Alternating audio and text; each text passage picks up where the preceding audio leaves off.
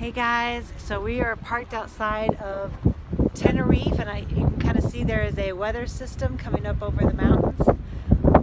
People on board. Today is the first day I've seen some people actually covering their mouths, wearing scarves over their faces. The house staff are actually wearing masks. So this is actually, I believe, Sunday the 15th. So it has been at least, I think, 8 days since we were in San Juan, since the lady was offloaded. And I'm not sure how many days it's been since the passenger that offloaded from in the Cayman Islands died.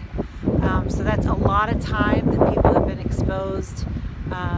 There's a lot of passengers that are starting to get angry, knowing that Costa knew that there was a passenger that had died from the virus previous to this cruise, and why passengers were not allowed or given the option of having a refund or rescheduling this cruise.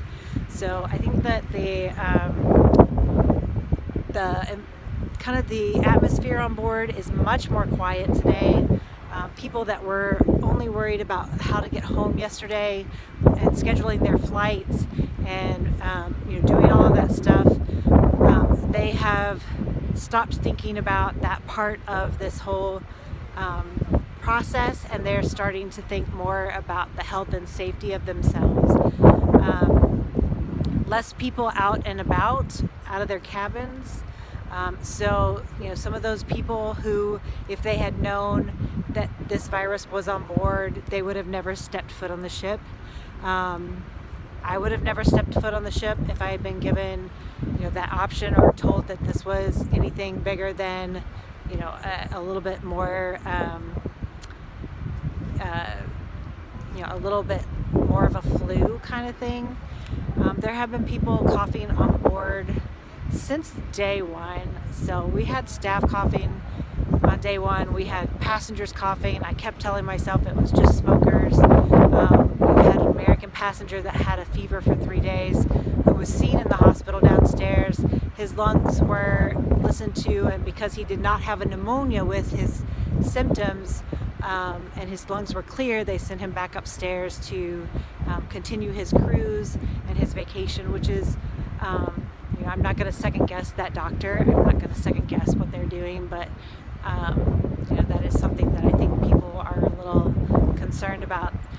We also had reports that there are people going downstairs that wanted their temperature taken prior to today, that were told that in order to have their temperature taken, it would be 68 euros, and if they were asking for it outside of doctor's hours, it would be 128 euros. Although we had received a letter saying that if we had respiratory symptoms, that we could be seen downstairs in that hospital for free. Those people are even more mad now, I think.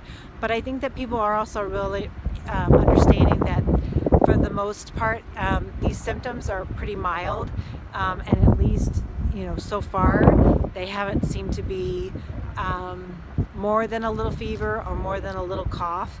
So again, nobody's panicking, but we are starting to see some people that are covering their mouths and their faces, and we are seeing staff that are actually wearing masks in order to clean the rooms or take temperatures, which just started today. I thought I was actually really celebrating that we were being let into Tenerife to get fuel and offload garbage, but we were still sitting out of the port waiting. But there are ships. I don't know if you guys can see them back there, but there are a couple of cruise ships which are docked at the port, and I can't zoom in, but it looks like there's probably 2, maybe 3 cruise ships in port of Tenerife. So we were told that Spain had actually closed all ports to all ships. I'm not sure if that's actually true, because there are cruise ships in Tenerife parked. Whether or not they're actually letting passengers off or they're just getting fuel, I don't know. But there are ships in the dock, and we may just be waiting for a spot to fuel up and offload garbage and do the technical stuff that they need to get done. But just want to give you guys an update video-wise, and